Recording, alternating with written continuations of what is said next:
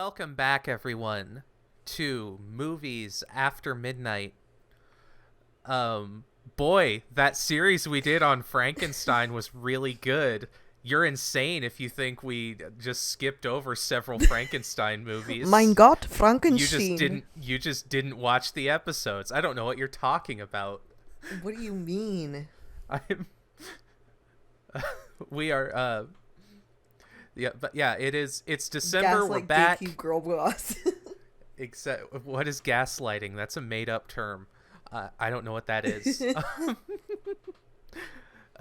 is December. We are back with a new series. Because after The Howling 2, we couldn't get enough of Christopher Lee. So I am your host, Evelyn. I am joined once again by Aaron. Hi, it's me, Aaron. Soon to be Aaron Lee. And we are talking about Dracula from 1958, starring Christopher Lee. Or which one is this? Damn it, because it's This one is. Wait, what? because there's some naming Oh, chicanery. it's like the horrors of Dracula. The horror of Yeah, Dracula. the horror of, because it's the horror horror. of Dracula in the United States, and it's just Dracula in Britain. I was wondering about that because on Letterboxd it's just Dracula. Because I just wrote Dracula in my notes, and I was like, wait a minute, Dracula. I gotta bring this up. So yeah, Christopher Lee is. I'm just gonna get it out of my system at the top of this. Evelyn's been hearing this the last hour and a half. Christopher Lee is so hot. I can't get over it. Oh my god.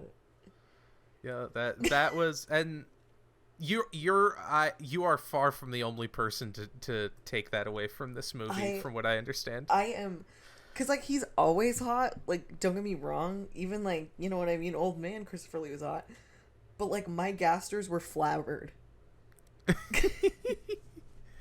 Is that what they're calling them these days? No, I was just flabbergasted at how hot he was. Oh god, I just opened the Wikipedia article, and it mentioned there's some quote from a journalist. Christopher Lee's sensuality was subversive in that it hinted women might quite like having their neck chewed on by a stud. No, literally. But I will say Peter Cushing didn't do it for me as much.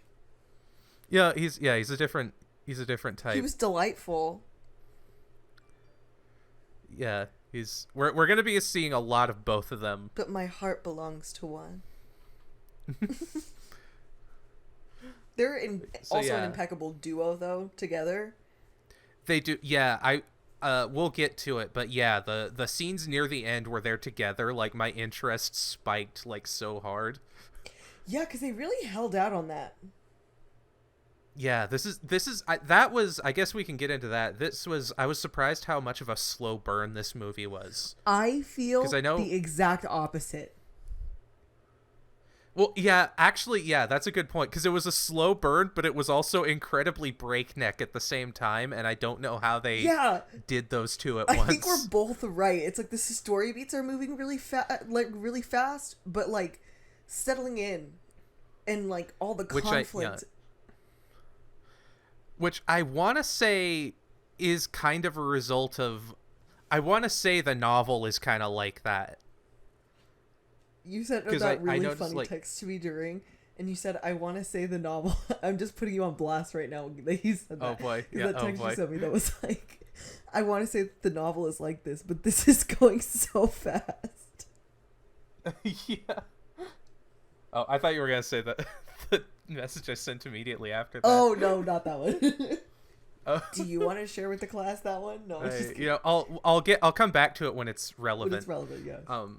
So yeah, this is the first of several films by Hammer Studios, Hammer Productions, sorry, a British film production company, based off the Bram Stoker novel, and I know that a big thing with this film was they wanted to take it as far away from like the Bela Lugosi movie as possible, just to like establish their own like tone and style.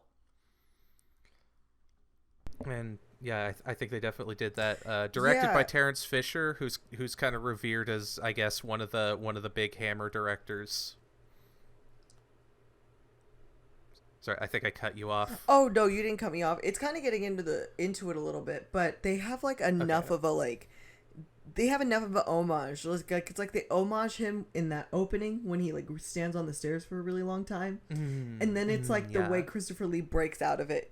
It's like super clear that it's going to be its own thing. Yeah. And we also get I mentioned in the opening credits, like it's just credits over like kind of these shots of the outside of the castle.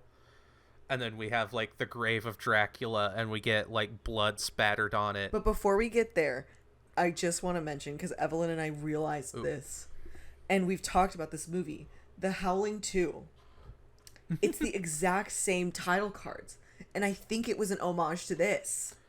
I think yeah, 100%. Yeah, that was interesting to see. And I think more movies should bring back title sequences like that. Honestly, I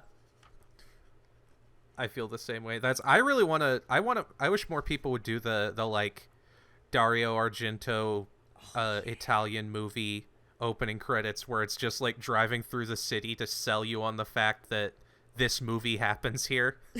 The Lawrence of Arabia ones where it's like just like Oh god, the yeah. long shot of him driving a motorcycle.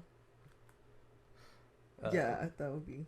But yeah, I was gonna say, because this is a thing we'll talk about more, but I remember reading how, because when the blood splashes on the grave, I was reminded everyone talks about like blood in these movies specifically has its own kind of, because it's like a sort of technicolor blood. Well, I So mean, it just actually, it looks very like since you brought that up, I thought it was incredibly interesting because I think it literally is Technicolor. yeah. And that is such an interesting decision for a horror film. Yeah, it gives it a very like unique look. Yeah. I mean, compared to a lot of horror stuff. Which I think the reds and golds in this really, like, they made a good decision on focusing on those colors as opposed to like making it like a Meet Me in St. Louis where it's like a ton of colors at you. So I mean, they still kind of code it for a horror film, but I couldn't tell if it made it less scary. Yeah, But I don't know if the point of the film was to be scary. Does that make sense? Yeah, I think it's... Yeah, because, well, I guess we can get into it, because this ties into something I was going to bring up. So we start out with the character of Jonathan Harker from the novel, but not doing what he did in the novel, really, where he goes to visit Dracula's castle, and he's like, oh, I've been hired as a castle librarian, and he's narrating like excerpts from his journal, but we get a lot of scenes at the start of him like walking through this castle, and like all the scenes at Dracula's castle, I noticed it's almost like the castle itself is as much of a like they put as much focus on it as any of the characters. I thought that was interesting, but I pointed out, I was like, every one of these camera angles just feels like a Resident Evil camera angle. Yeah. And I think that's that's definitely a reflection on, and I'm glad you brought that up because I really wanted to mention, I love it, but this film is so shot on a soundstage. Oh, yeah. And I think that's probably why all the shots are super stacked like that. That would make a lot of sense. Because even all the movement shots, they're very like dolly side to side. Yeah. But with the way they put the focus on the setting, I almost wonder if the Technicolor was a choice to focus on like the almost like decadence of a lot of the world.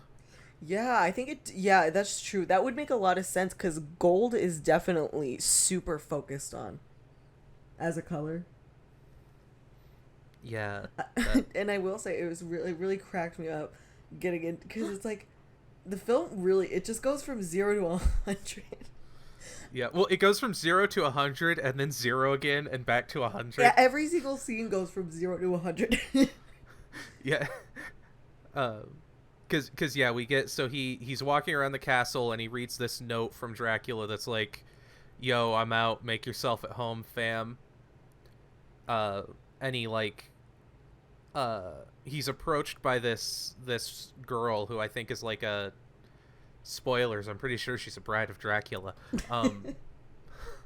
and she's like, "Oh, you have to help so me get out jealous of here. her. This is a horrible place."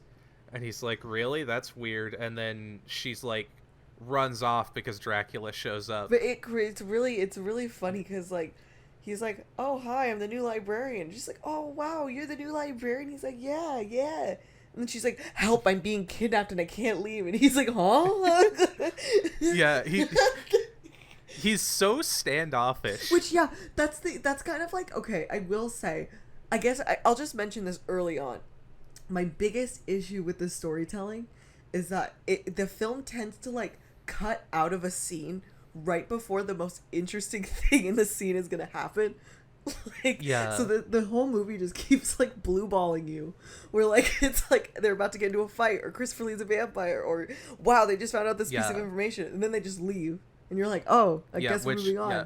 But then, it's been a very long time. Oh, I was gonna say it has been a very long time since I read it, but I do kind of remember the novel being like that. It was cracking me up because I don't remember. I don't think like Nosferatu is for sure not like that. And Nosferatu is like taking its sweet time. Oh, and then that one that just came out, the one where they're on the boat, that one wasn't really like that. Last Voyage of the Demeter. Last Voyage of the Demeter wasn't really like that, and I don't think it's super interesting that it like chose to be super like the book, but I kind of remember Coppola's Dracula being like that. A Coppola Dracula is definitely like that for sure. But my other biggest issue, and I think it's coming from his performance, is that like everything is so casual for him. Yeah. There was like a casualness to everything going on that like makes everything feel a little too normal. Yeah, it's very British. Yeah. Not to cast a wide net here. Dang, drag. But, wow, way to alienate our British audience. They would agree with me. True, but okay, back to the actual story. Now that Dracula shows up and she runs off, and he's like, "Oh hey, what's up, fam?" And he sort of takes Jonathan around the place and leads him to his room, and he notices Jonathan's picture of his wife, or his like fiance. I loved this scene. And he's like, "Oh, who's that?" And he's like, "Oh, that's Lucy, my wife." And this is where we get into a weird departure from the book, because no one from the book is who they are in the book, except for Dracula and Van Helsing. Because was it Jonathan here kind of ends up doing what Renfield did in the novel, or what Renfield did in the movie, the Bella one. I think is to the film's benefit. Yeah. But then later we're introduced to Arthur, and Arthur takes the role that Jonathan took in the book. Lucy takes the role that Mina had in the book, and Mina kind of takes the role that Lucy had in the book, but is also Mina. And it's like everyone is kind of like flip-flopped from who they were in the book, and it was a strange decision. It's definitely, I think, a decision in service of like selling this like Van Helsing Dracula. Yeah. I think it's definitely in favor of Peter Cushing and Christopher Lee being able to get into antics together. But I do think it's to its benefit, because I think at the end of the day, Van Helsing is just more interesting. Yeah. But I think it's I also think some of it, because we were talking about this, you were like, Aaron messaged me and was like, "It feels like I came in like I missed a movie that I needed before this one." Yeah, I really did. And I was saying I feel like this movie was made with the idea that you know what happens in the novel. The movie felt like, and so I think you go to a party and like everybody knows each other except you. But I think some of those departures were in service of like keeping people who were really familiar with the novel kind of on their back foot, like because you immediately know that things are going to be different enough that none of your foreknowledge may apply to this story. And I will say they are selling the like exploitation elements of it for sure, especially for a film at the time. But like nothing about the film felt explicitly expletive. Yeah, which it'll be, and I don't know any. I don't know how much it gets, but it'll be interesting to see if that escalates or maintains throughout the like decades. Yeah, because all of the like advertising for all and all the posters and stuff for all of them like really do make it seem like it's like a real exploitation like naughty movie, and it was not that. I think Christopher Lee is walking into women's bedrooms. Christopher Lee he's just too sizzling. Get the camera off him, or it's an automatic R. Literally. Christopher Lee is the woman orgasm. It gets an auto R, or an automatic X, or whatever the heck that thing said. It ends up on the video. Did you know the video nasty list is a real thing? No, what? And that is the most British. Legend. It's like it's like a list of like movies that were considered too like salacious to be shown in Britain, and it's called they're called video nasties, and that's the most British like name for a list like that. That sounds like a Guy Ritchie film that needs to happen. But it's like a heist film. Oi, it's us, the video nasties. I'm so sorry, any British audience out there. We're so sorry. We love Britain. We love Britain as its people. Our jokes are in good humor, good. I mean, we're Americans. Faith. We're not fucking making fun of anybody. This is a sidetrack. The one omission is the American character in Dracula is just totally gone. Yeah, literally. They said no. Quincy Morris, man, he gets cut for more adaptations than anyone. You know what they didn't have? The budget to hire an American actor. Literally. But yeah, so the first real sign of this departure is, instead of being oblivious and kind of like living with Dracula for a while, Jonathan starts writing again, and it's revealed he knows Dracula's a vampire, and he's here to like figure out how to defeat him. And so he starts like prowling around the castle, and the woman approaches him again, and she's like, no, legit, like, Dracula's horrible, you need to get me out of here. And then he just bites him on the little neck. So, necky neck. He seems so like, well, this means nothing to me. Very, like, he's like, oh, that's pretty crazy. Yeah, sure. Like, whoa, that's so crazy. You're so hot, though. No, don't bite me. You're so sexy.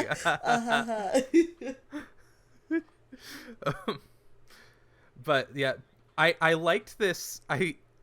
There's a lot of like, the way Dracula's introduced into a lot of scenes is like unintentionally really funny to me.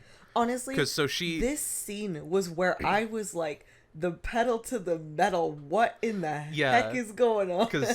Yeah, so she's like, oh, help me, and he's like, she like hugs him, and he's like, yeah, and then as they're hugging, she like, you know, goes and bites Jonathan on the neck, and then Dracula rushes in, and he like pushes her to the side, and like starts like beating the shit out of her, and then like Jonathan tries to help her, he pushes him away, and then like like Dracula comes in like a madman. He is covered in blood. Yeah. It's like, where are you covered in blood from? He comes in and that's so hot.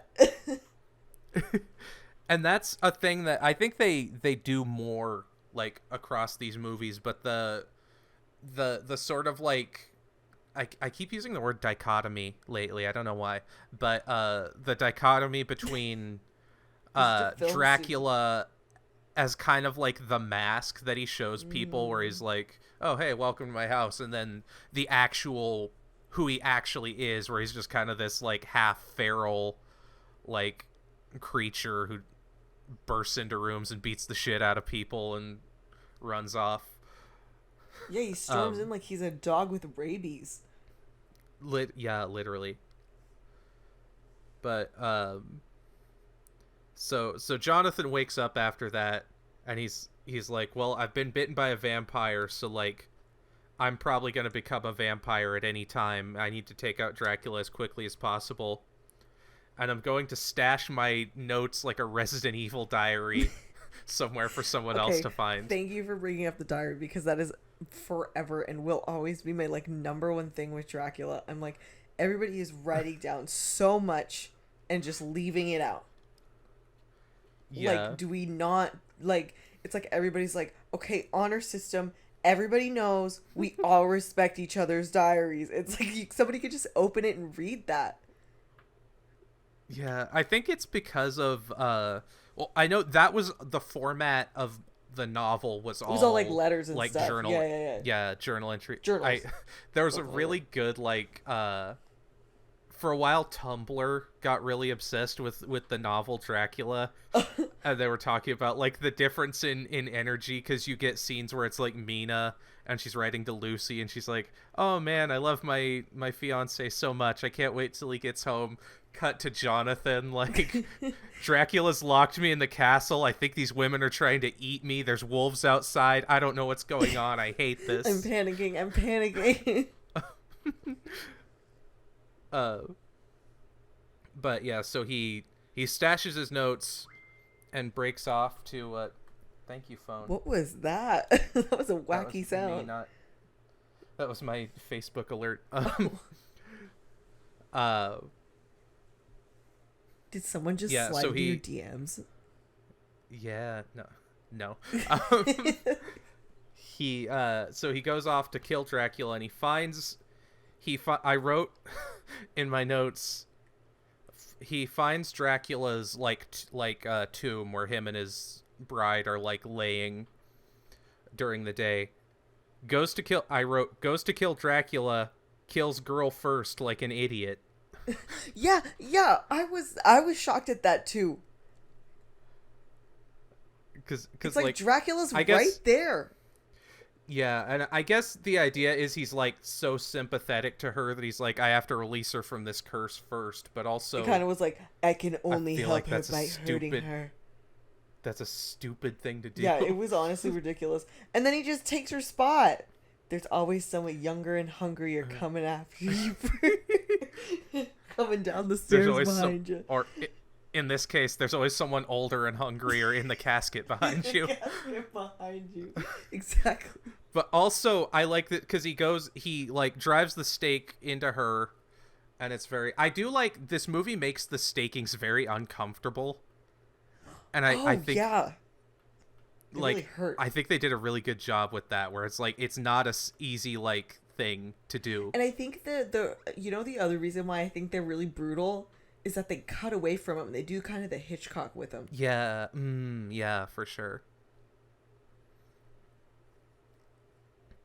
But I like the way, because then he goes back to see to like stake Dracula, and he sees Dracula's gone. I feel like I should explain that a little bit more. They do the Dracula. Oh, yeah. They do the Hitchcock in that by not showing us, but like giving us context clues, like this screaming and everything. It makes it feel more intensive because it's like us projecting what we think is the worst onto it. Yeah, we like fill in the blanks with our own imagination. Yeah, but okay, I just had to explain that back to you. Yeah, no, that's good. Not. I was like, nobody knows what random code I'm speaking in. Yeah, we're not all fucking film scholars. We're not all MFA films people. Oh my god, thank you for saying it. Oh my god. I just got my MFA, everybody, from USC. I'm a film student. Well, I'm not a film student anymore. Hashtag fight on or whatever. I just dabbed, but you can't see it. That's the official salute of the USC Trojans is dabbing. Exactly. As Trojans, we say whoop whoop to each other on campus. Trojans and Juggalos are basically the same. It's a Venn diagram. So what I like about this scene is that Dracula's gone, and then having left the room, he walks back into the room through presumably the same doorway he just left through so that he can catch Jonathan. I'm so glad you mentioned that. you don't see this happen, but I'm just like visualizing it in my head, and I'm like, this is very silly. It was like, that's one of those, like, I feel like that's like a soundstage blocking decision. That's not like a creative, you know what I mean? Because it's like, realistically, he'd like, have him like hiding in the rafters or something, but it's like all they could think to do was have him come down the staircase. So also like a lot of staircase shot. I felt like the first staircase was a Bela Lugosi reference super clearly. And then the second staircase, the one that you're talking about, feels like a Nosferatu one. And it's like, we got our two. That. And then now it's all Lee. Yeah. Which is ironic, because now we cut away and we don't see Christopher Lee for a while. I was so upset about. They save him. They're edging. They're Christopher Lee edging us. It's like Christoph Waltz Spectre. It's like, you're gonna give the best actor 5 minutes. Yeah. I love you too. Well, Peter Cushing. we're introduced to so Peter Cushing shows up as Van Helsing. If you're not familiar with Peter Cushing, he's probably most well known for playing Tarkin in the first Star Wars, like the guy who runs the Death Star. He was also Doctor Who in a move in like these two. It's like Doctor Who and the Daleks and Daleks Invasion Earth, and they're like these weird non-canon Doctor Who movies, because it's like from before the mythology was really established that he's an alien, so Doctor Who is just like a guy named Doctor Who like lives on Earth and has a time machine. That is and he's so played wild. by Peter Cushing. But that's neither here nor there. But Cushing and Lee are like a really good cinematic duo. I think I've on this podcast I've talked about Horror Express with the two of them, and that's like not nearly as talked about as Dracula, but I really like that because it gives them a lot of time together. Like, they're in so much together too. It's kind of wild. Yeah, like they were literally. This is a side story, but apparently there was an interview with Christopher Lee where he was like looking at like old pictures, and he's like, first of all, I love the way he introduced him, because he's like, this is an old friend of mine who I won't say his name because I believe he needs no introduction. Aww. But it's like the two of them. It's like a picture of the two of them kind of laughing about something, and he was like, we're probably talking about Yosemite Sam or something, because we were both big fans of that character. He was talking about how they would both like do Yosemite Sam impressions, and that was like a running joke between the two of them. And so the whole time I'm watching this movie, I'm just imagining them like, offset being like, ooh, you Armin. Everything I hear about their friendship is so cute. It is the most, for like two men associated with terror and horror, like it is the most wholesome thing. It's the most like nice bros. I'm obsessed. Literally, yeah. But so Van Helsing shows up, and he's like, hey, I'm looking for my my associate Jonathan Harker. Have you heard about him? And everyone's like, go away, please. And or the nice hostess lady, there's like a girl who works at the tavern, and she's like, here, I was told to. She has the notes from earlier, and she's like, I was told to burn these when they found him, but he was so nice, I thought I'd keep them in case you needed them. And it's like, these notes are like the goofiest MacGuffin I think I've seen in a long time in a movie. Oh yeah, 1,000%. Especially because they kind of end up not meaning a whole lot in the grand scheme of things. It kind of reminds me about how the Vampire Diaries, right? They have her writing in a diary for a second, but then like 8 seasons pass, or like 7 seasons or however pass, and they're like, wait a minute, nobody's written in a diary in a second. we gotta earn our title. Something about vampires and diaries. Interesting relationships there. That's there's an RPG called 1,000-Year-Old Vampire that's literally the mechanic is writing in a diary. But anyway, vampires love writing about their feelings. Literally. So now that he has these notes, we just assume he knows everything that Jonathan did. So I think that's their purpose, which is kind of brilliant from a script writing perspective, where you're like, everyone is keeping notes so that way, as soon as a character gets those notes, we don't have to cover why they know these things. But he runs to Castle Dracula, and he finds, like, he passes a carriage on the way there, which, like, golly, I wonder if that's suspicious or not. How strange. And he, like, finds everything abandoned, and he finds Jonathan laying in the crypt, and he's got, like, vampire teeth now.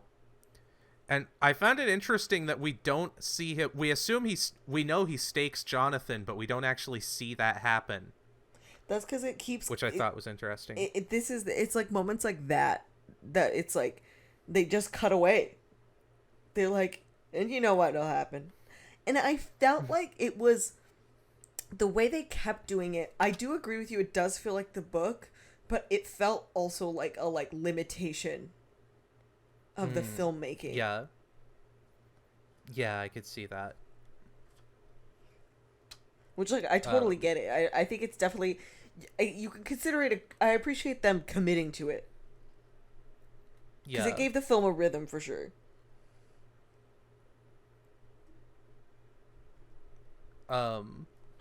Yeah, which I was going to say, rhythm is an interesting word, because then it pretty much immediately cuts to Van Helsing back in England telling Jonathan's friends that he's dead. Because he's telling... so Jonathan was engaged to Lucy, and he's telling Lucy's brother and his wife. He's like, hey, Jonathan died, and they're like, we can't tell Lucy, she's too sick, and, like, she won't be able to handle this news. Mm-hmm.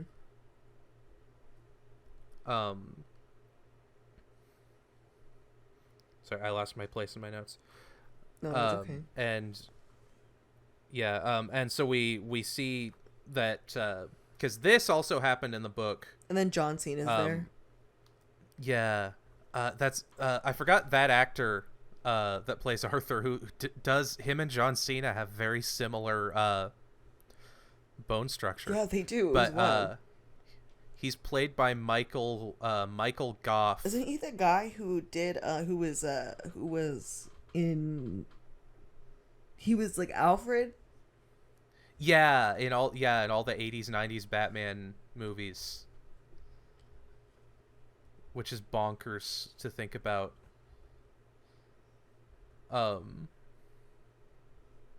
Mr. Wayne. Yeah, he has just very sterling, like, jaw structure. Yeah, honestly.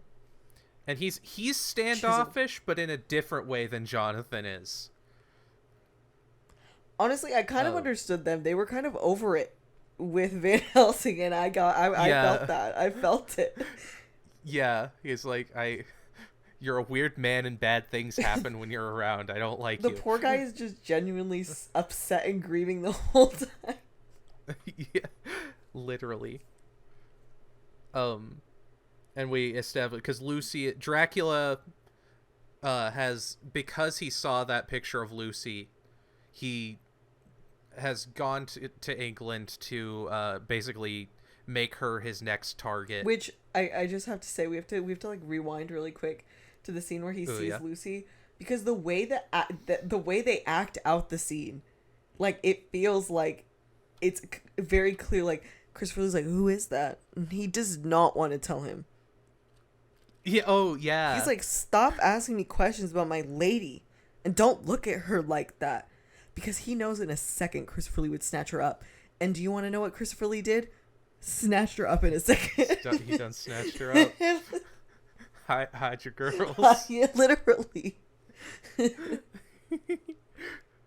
but now that I think about it, I think a lot of that was actually good foreshadowing. Yeah, because it shows he knows more about Dracula than he should at this point. True. And so he knows not to. He's like, "Don't look at my woman. I know you're a vampire. Like, stop it." Hey, that's my girlfriend. And we get, this was an interesting scene where Van Helsing is listening to like his own recorded phonograph notes telling us, the audience, like the things that can kill a vampire.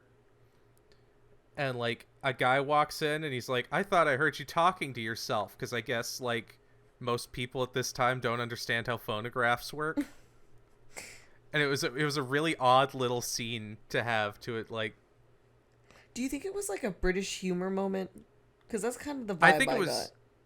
It feels like half British humor. Maybe, I don't know the history of the phonograph, but maybe they were like, kind of, what's the term, hanging a lampshade on like the anachronism or something. That would make sense.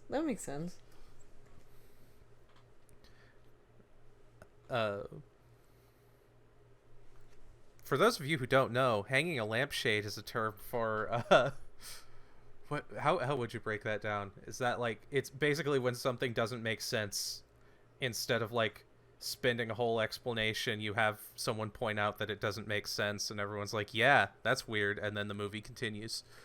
Yeah, it's kind of like the like, somehow Palpatine's dead. Anyway. Literally. Or somehow Palpatine's back, not dead. Yeah. Sorry, my mind's on. Which I guess it also established that he's a... Because I guess that's the thing about the pacing in this movie, is there's very, like... Everything that happens, like... We have a lot of important stuff happening, but there's very little connective fiber. Where it's like, you know, where we cut to this place where he's doing something, and then we cut back somewhere else where something is happening, and we rarely see the process of people getting from one place to the other. Yeah, in a way, it feels like a dream because of that.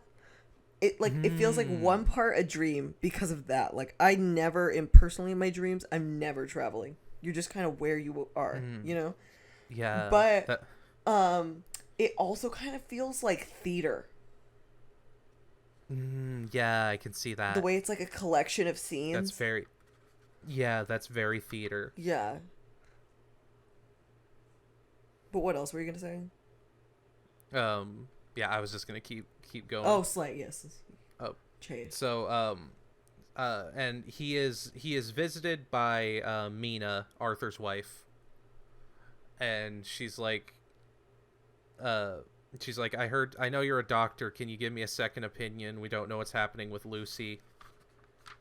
And so he goes and talks to her, and based on the fact she has huge gaping vampire bite marks on her neck, he's like, I'm pretty sure she's being bitten by a vampire.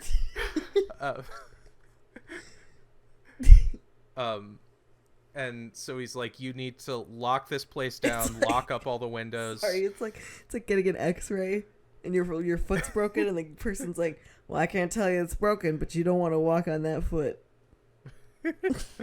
Literally. Well, that's because I've noticed, like, it has to happen this way for, like, to preserve the horror of Dracula. I'm trying really hard not to say whore by mistake. To preserve the horror of Dracula. And it's not the horror of Babylon, it's the horror of Dracula. The horror of Dracula has to be a movie already. If it's not, I'm making it. The Horrors of Dracula. The Horrors of Dracula. But, like, Van Helsing is really bad at his job of vampire hunting. Because it seems like everything he does kind of falls through or fails until the very end. Yeah, Van Helsing, he's no Sherlock Holmes, that's for sure. We're like 5-0 Dracula versus Van Helsing by the final battle. And I mean, like, honestly, it's sheer dumb luck in the final battle too. A little bit, He's getting his ass beat. But yeah, so he tells her to place, what is it? I think garlic flowers. He keeps trying. Yeah, I think it was the garlic flowers. Which is, because that's a thing. People always, there's a difference between garlic and garlic flowers. And, like, a lot of filmmakers don't make that distinction, so they just have people hanging like wreaths of cooking garlic, like. Wait, has around. it always been supposed to be garlic flowers? Yeah, that's like the original myth. That's and so like funny. Everybody's just like, Mamma Mia. Yeah, well, because some people are like, garlic flowers, you mean like garlic? And like a clove, like 10 cloves of garlic. That's so funny. But yeah, and so because of like she's got the vampirism in her, Lucy is like extremely bothered by these plants in the room, and convinces the like servant lady to like move stuff, so which allows Dracula to get in, and she dies. And Arthur's like, so we did everything you said and she died. I feel like I shouldn't be taking your advice anymore. The way he said it was so savage too. He's like, we have been grieving. You brought us nothing but pain. Can you please leave? I was like, God damn. It's very British drama savagery hits different. Yeah. Because like you said, it's very theatrical. But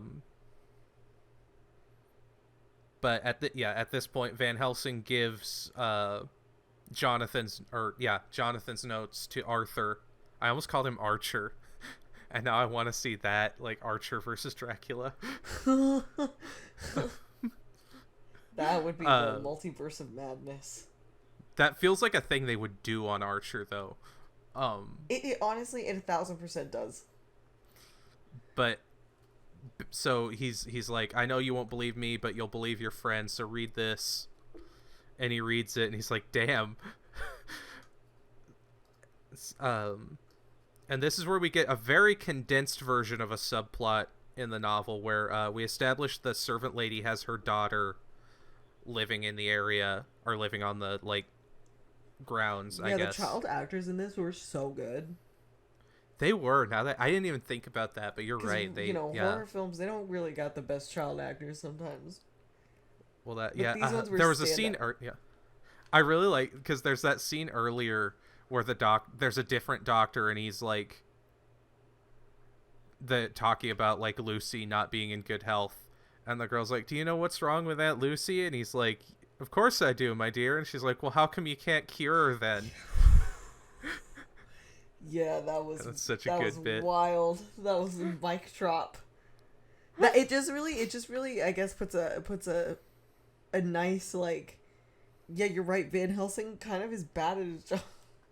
Yeah, well, this was a different doctor even. Oh, yeah, that's right. But because just to establish that whatever she's going through can't be like figured out by any of the medical professionals they talk to. Oh my god. Sorry, everyone. It's tired. I'm tired right now. Wow, you're just we're really going in on hapless Albion right now. It's movies after midnight, you know. Exactly. But so this little girl has been visited by Lucy, and everyone's like, well, Lucy's dead. She's obviously just being weird. And Arthur, having recently been imparted the information that vampires definitely exist, goes to Lucy's grave and sees that her body's gone, and finds her off, about to lead this kid into hapless doom. The scene where she goes and gets her is the creepiest shit ever. Yeah, it's just that's actually so really unsettling. That's in the novel. They that actually gets even more drawn out, because they establish that like lots of kids in this neighborhood have been like seeing and going and playing with this lady that like they've never seen before. Yeah, that's weird. It reminded me a little bit of M. Yeah. I could see, yeah. And she just starts whistling. Watch M, everybody. That's when it gets slept on. M is a great film. One of the best performances of all time. Very good. but yeah, so he sees her, and he's like, "Hey, Lucy," and she pretty much immediately is like full vampire mode. Yeah, because they whip out the like cross pretty quick. Yeah, like this is again 0 to 100 because we've been 0 for a minute, and she's like vampire, and then Van Helsing shows up and he's like cross, and she's like They like and Christoph Waltz her head from like in Inglourious Bastards. They take the like crucifix and they press it into her forehead. Yeah. And she just has a cross on her forehead. Which I didn't realize. I think it's either Fright Night or Fright Night 2 that they do that. And I didn't realize really? They probably got it from this movie. I haven't the originals. Fright Night. I haven't seen it. I gotta watch it. Yeah, I've seen the remake with like Colin Farrell and Anton Yelchin. Aww. Yeah. Boy, Anton. But I have not seen the original with Roddy McDowall. I remember that we had the original on DVD. Because I remember that the cover art always scared me. It's pretty solid cover art. Yeah, it's really freaky. That makes sense.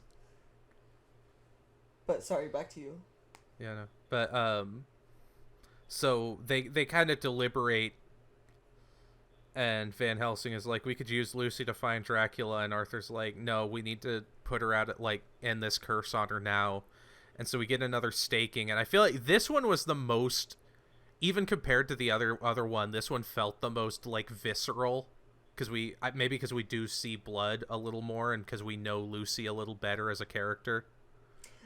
Yeah, and it's nice. It's definitely for sure a good escalation. Yeah.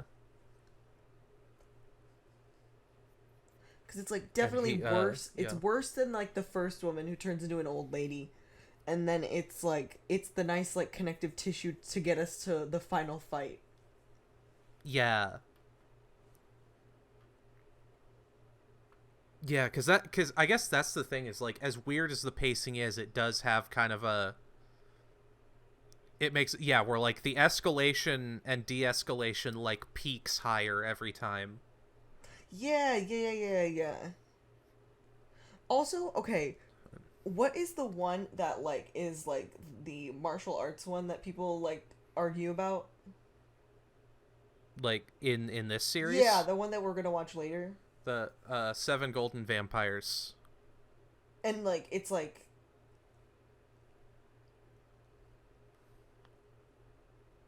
It's, like... It has, like, fighting and stuff in it, right? Yeah. Because, honestly, seeing the fighting in this, I don't know why people would... argue about it, because the fighting, I mean, it doesn't feel like martial arts, but it feels within the realm. Like, it doesn't feel like an unnatural leap, because honestly, it's something that's really, it was really interesting. The final fight, I don't know if I remember like a Dracula that's like gets down like that. Like they were like fighting. I was like, whoa. Yeah. It's like because it's a supernatural force. So you would think they wouldn't be so like skin on skin wrestling about it. Yeah, he's supernatural, but he's a lot more like, he's not totally out of the realm of like human levels of ability. Yeah, he'll kick ass if he needs to, I guess, or something. I thought that was great. Yeah. That was really interesting. Yeah, I want to get back to that. Yes, which sorry, I got us kind of distracted. No, that's really that's a good point. Because the violence in this, I think it's the difference between horror violence and action violence too, where like there's like an underlying like lethality to everything, where like no one is clearly like way better.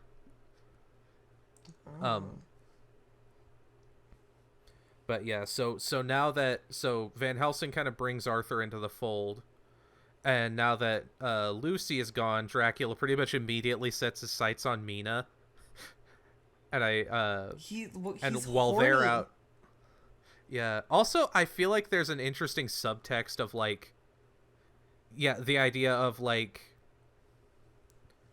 I don't know, people like leaving their partner alone and then Dracula showing up. Yeah. Like, But so while they're out looking for Dracula, gets Mina to come visit him, saying it's a letter from her husband. And the next day I wrote, Mina got the afterglow. Because this is earlier I said I would tell you guys. During this I messaged Erin, oh man, Dracula dicked her down better than her husband ever could. Because she's like... so jealous. She's so jealous. Much like... No, I'm just kidding. She's just all of a sudden she's like way more animated and like everything like... And like, you know, all the taglines for the film, like they make no bards about it. This film is Dracula, Christopher Lee being sexy with the ladies. Literally. It's really, honestly, it's also the most exploitative I feel like this part, or this film gets, is like that part. Yeah. Well, also I like that after she's been fed on by Dracula, she immediately comes out wearing the most conspicuous, like, giant, like, fur over the neck coat. Oh my god, literally. She's like, nothing to see here. Yeah, and like... I find it really interesting that she actually seems way happier when she's under the thrall of evil. Like, there's... You could unpack that for a while. Oh, yeah. Well, I guess, like, there's this thing where, like, it's, like, kind of, like, throughout cinema a thing that happens, but, like, when women become evil, they become immediately sexualized. Yeah, well, that's... Or when they become bad, quote-unquote. Yeah. Well, that was the thing, because I did feel like she felt like more of a character when she was evil. Whereas she felt very, like, kind of passive when she was, like, not evil yet. I also agree with that. Which is, yeah, really interesting societal subtext there. We live in a society, everybody. We live in a society where the best way to self-actualization is getting the D from Christopher Lee. Which, honestly... I won't harp on it on the podcast. We have a lot of movies left to go, but we have a lot of Christopher Lee to go. But yeah, so they don't take notice of her change of demeanor at all. They go off to the place that she visited Dracula, but like the casket is gone. And then they get back and they're like, he's like, Arthur goes to her and he's like, we have to go, like, we're gonna go look for Dracula, but can you hold on to this cross so I know you're safe? And she reacts to it like, I was trying to think of a funny simile here, but I got nothing.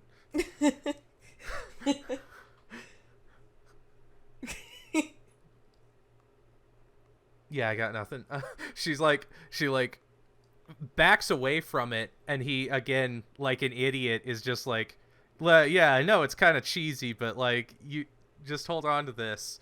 And then he puts it in her hand, and she goes like, ah, and like passes out, and it like burns a cross in her hand because she's been partly vampired. She's a vamp. I really did get, like, you know, you did bring that up. All the women in pain at any point in time in this movie, it's like a thing that I think on the whole is problematic, but you know, yeah. It's like they all sound like they're having sex though. They did this like study that was crazy, where like sounds in porn were compared to like sounds of like women dying in horror movies. It's just again, you know, Hitchcock. Yeah. Exactly. Yeah, well, because I was going to point that out. That's the interesting thing about them cutting away when he stakes Jonathan, is that none of the male characters get the same... We only really focus on the female characters when they die. The male characters get a cutaway. Yeah. Which... strange. When they're... Yeah, well, also, I feel like you could read into the stake as, like, a penetration allegory or some shit, and, like... Oh, yeah, I guess so. Because some people online were talking about how this film feels like there's, like, homoerotic subtext, but I actually didn't get that from this film. You could see it. You have to look for it, but like I guess you could see it a little with Dracula in that he doesn't get the chance, but he's clearly interested in feeding off Jonathan. He's a free love kind of guy. Yeah. Love that. And yeah, I was like Van Helsing is able to stake Jonathan because his socks are still on. So, yeah, like I wouldn't say this is the queerest movie in the world, but you could there's probably a reading out there somewhere. Yeah, there's definitely, if you want queer coding, there are definitely other films that do it way better. Yeah.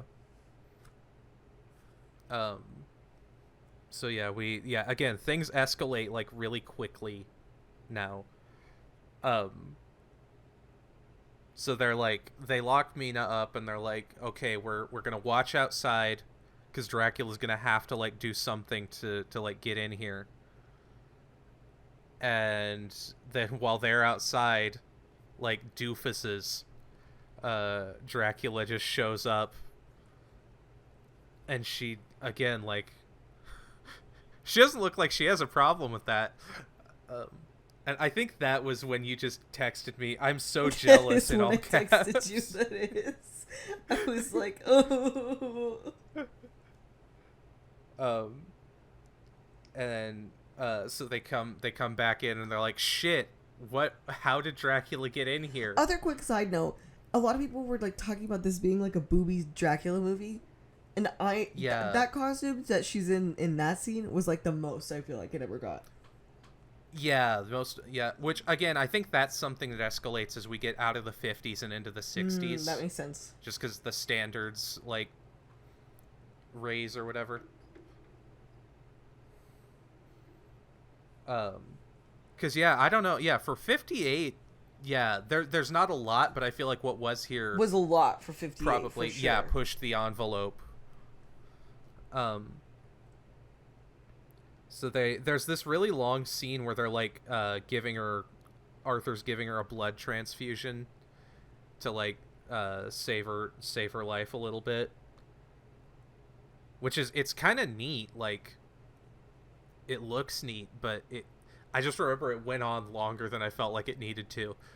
But while they're doing this, or after they're doing this, they talk to the servant lady and she's like, I'm sorry, I ate something, and she reveals that she was told not to go into the basement, and Van Helsing immediately sprints to the basement, which it's funny, but I like it because it's a very believable, like, oh shit reaction.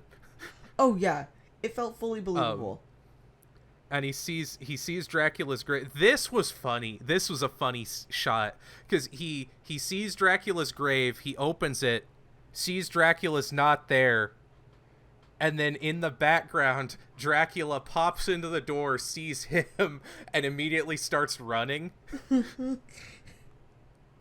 And it's the most unintentionally comedic like pacing of a scene I think I've ever seen. And it's choices like that make it really interesting, because I don't feel like you get a lot of that from this kind of horror and from like vampires.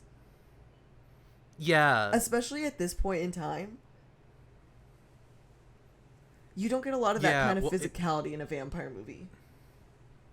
Yeah, I think that was definitely... I think, again, thinking of Bela Lugosi as being so refined and so, like...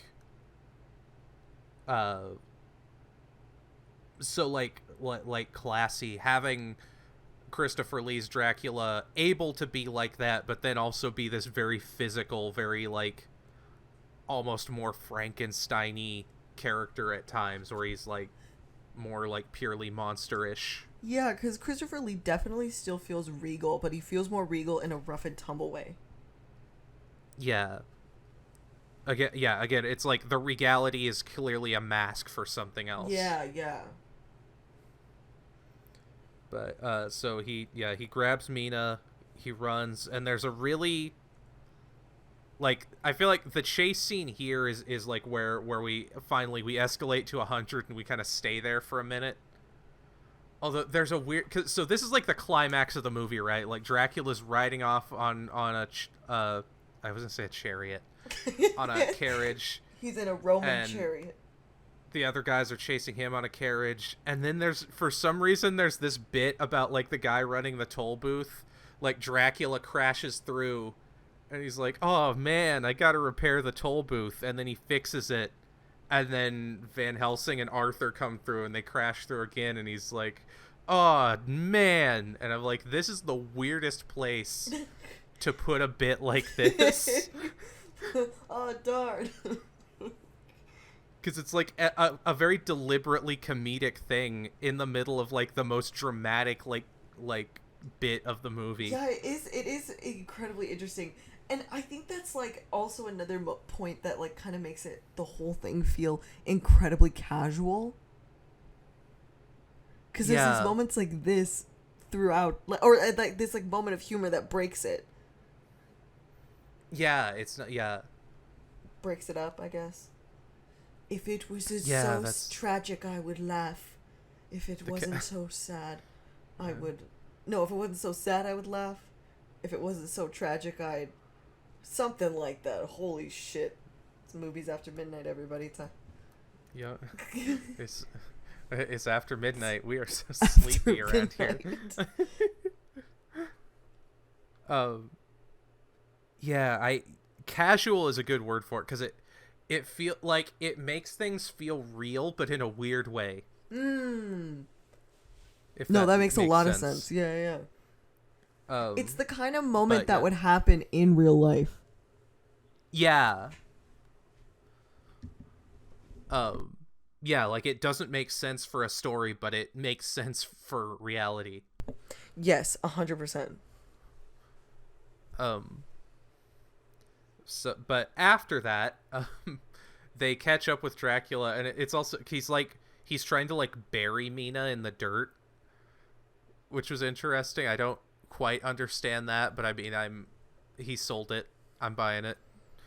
And they show up, and again, this is where he feels very like more like a creature than anything, because as soon as they show up, he dips and like starts just running through the castle, and Van Helsing starts running after him. And this is where we get back to what you were saying, where they have a fight, but it's a very like, it's not like a supernatural creature versus a vampire hunter. It's like a guy versus another guy. Because he like Van Helsing corners Dracula, and he like starts throwing stuff at him first, and then starts trying to like choke him out. Yeah, it is absolutely balls to the walls. They're you know what? We keep bringing up Resident Evil, but it kind of reminded me of that Resident Evil when like it's Jill and Chris fighting Wesker at the beginning of 5. Oh god, and Wesker's just beating the shit out of him. Wesker is just a Dracula allegory. In my paper, I have a type, apparently. Welcome to my TikTok. I mean, but yeah, I think actually, maybe, I don't know if this is me reading too much into it, but I think in terms of talking about stuff feeling real, I think that makes Dracula, it grounds him a little, because he's not this creature that's so supernatural that he could only exist in this story. Like having him be just a feral dude who will try to choke you out in the way that a real person might try to choke you out almost makes it scarier, because it's like that's like a thing that an actual person would do. I completely agree with you, but I'm just kind of I just kind of love I love calling Christopher Lee a feral dude. Yeah. Because that's such a great way to put it. He is an actor. But like, yeah, honestly, and then but I mean, yeah, that, I think it illustrates the range he has, because like, you know, he starts at the start, he's very like calm and quiet, and then by the end he's like, you know, running through the halls and like throwing shit at people. And you know how they say that like you can't be worried about how good you're looking as an actor? Yeah. Like, Christopher Lee, he just really takes it where he needs to go. Yeah. Like, when he... Okay. What part of the fight are we at? We're pretty much at the end. How does Van Helsing get to the window, though? I completely forgot. It's like kind of like a like do do do do do do. Yeah, well they're like, yeah, cuz they're like wrestling, and he like backs off, and then he looks up and sees like that it's like day. And so he runs towards the window and like pulls the curtains down, and Dracula can't stop him in time, which again, it's a very like, these are just two dudes fighting, and one of them happens to be a vampire. Oh yeah. Which I love the idea of somebody watching this and knowing nothing about vampire lore, and then Christopher Lee just starts turning to dust.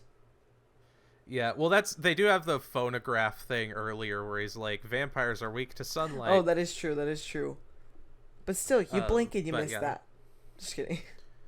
But also, I like the way that they illustrated the sunlight, because he doesn't, you know, he has self-preservation where the sunlight shines through and he's staying away from it. And it's like, Van Helsing, he like holds two like candlesticks together in a cross.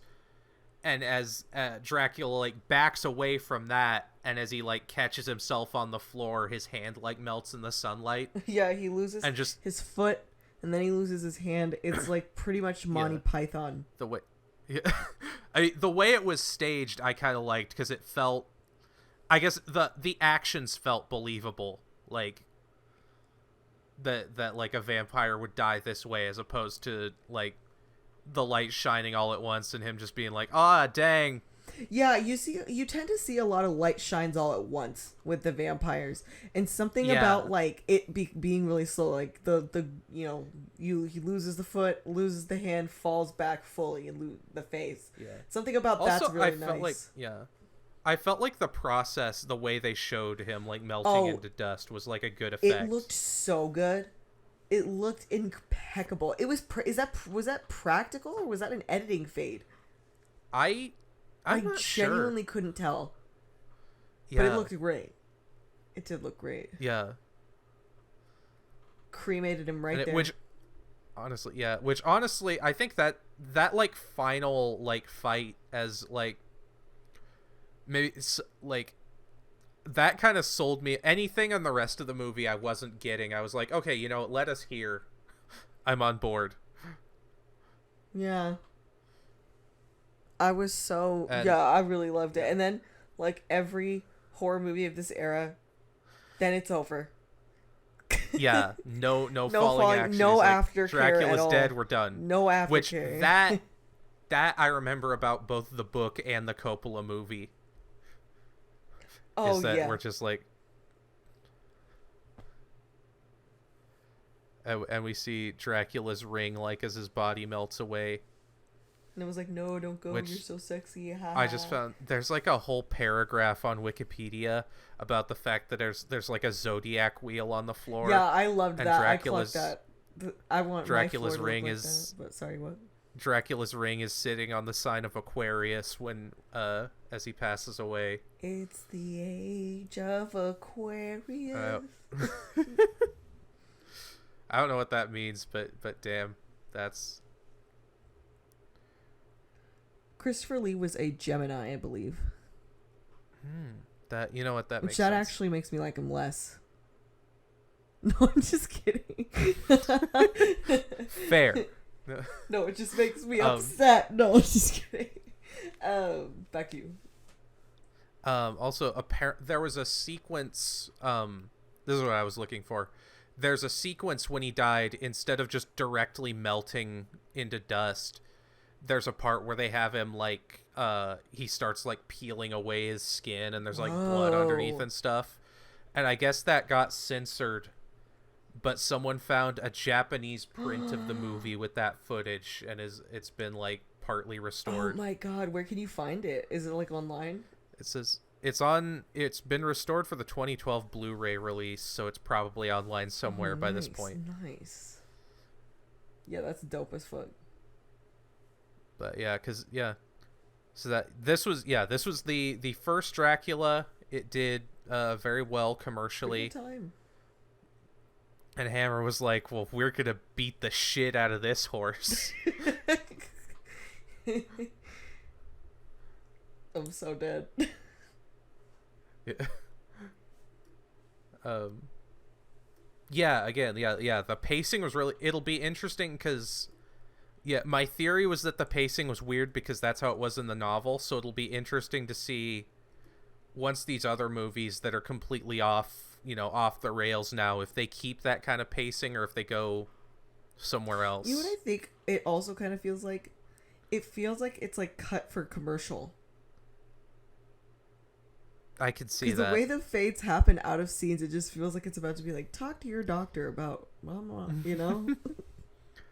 Yeah. It's kind of like it's kind of like the outro was soap opera, actually. You know what? It feels a little soap opera-y, actually. Which yeah. I don't think is a problem. Don't get me wrong. Oh, yeah. That is not a negative I am saying. That is simply a stylistic point I'm making. I'm not making a judgment call. Yeah. Because I was going to say, like, I don't think the pacing is like a Hammer thing, because I've seen a few of their Frankenstein movies, and they're, like, still a little slow burn, but, like, they're not as, like, weirdly disjointed.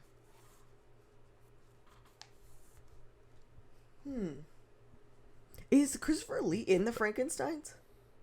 He is in the first one. He actually plays the monster. Oh, okay. Mostly because that's kind of where we split up, because Peter Cushing shows up in a few of these, but for the most part, aside from the one immediately after this is just Peter Cushing, but for the most part, Christopher Lee is primarily doing all the Dracula stuff, and Peter Cushing is primarily doing all the Frankenstein stuff.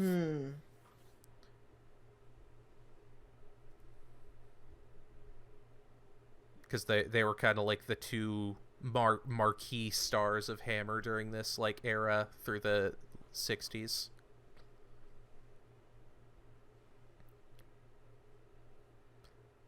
And yeah, it'll be interesting to see, because what's the next one is... really quickly, I just found a quote on the Wikipedia from the director. Oh boy. Okay, according to Fisher, quote, Dracula preyed upon the sexual frustrations of his women victims, blah blah blah, end quote. Hot. In the scene where Mina returns after a night with Dracula, Fisher's directions to the actress were frank and unambiguous. Quote, when she arrived back after having been away all night, she said it all one close-up at the door. She'd been done the whole night through. Please. I remember Melissa saying, Terry, how should I play the scene? So I told her, listen, you should imagine you have had one whale of a sexual night. The night one of your whole sexual experience. Give me that in your face, end quote. And then according to producer, when it come to casting Dracula, it never occurred to any of us to use anyone else but Christopher Lee. Everybody was just horny for Christopher Lee, I guess. They were literally everyone on set was like, "God damn!" I know, that's so funny. Wild. Do you think him and Peter Cushing ever explored each other's bodies? I think they kissed. I think they kissed. There's no way. I think they smooched. No way they hadn't. Oh yeah, no way. They were homies for way too long. Yeah, they like have cuddled once. The little. I was about to make a niche joke, but I will make it to you after the podcast. God. I'm like, I feel like somewhere someone just got really mad at us. No, I was gonna make a niche showgirls joke, but honestly, who out there isn't mad at me?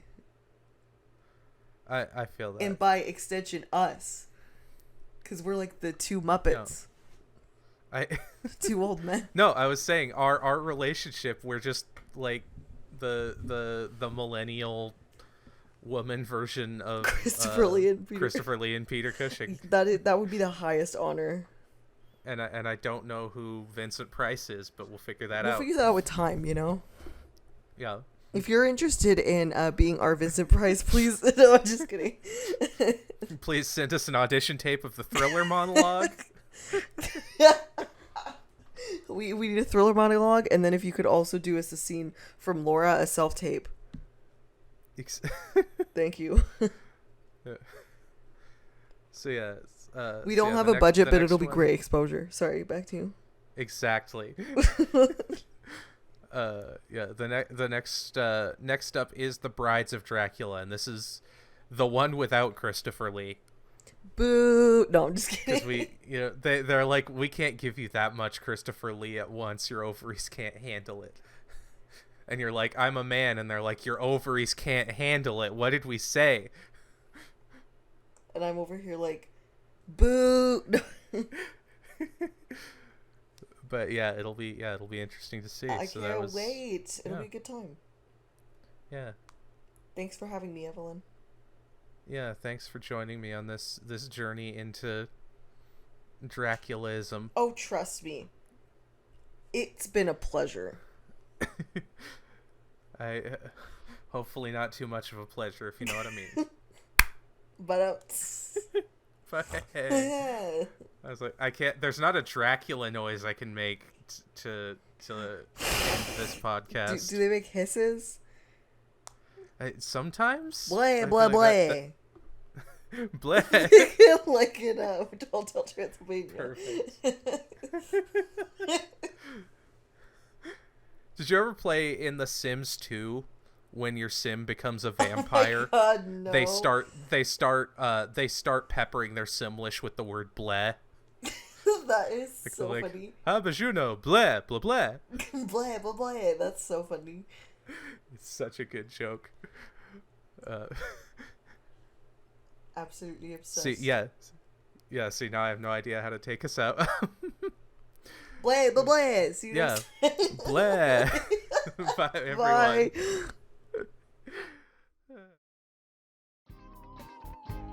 Hey everyone, Evie here. If you enjoyed today's episode of Movies After Midnight, consider giving us the old like and subscribe so that you can stay up to date when we drop new episodes.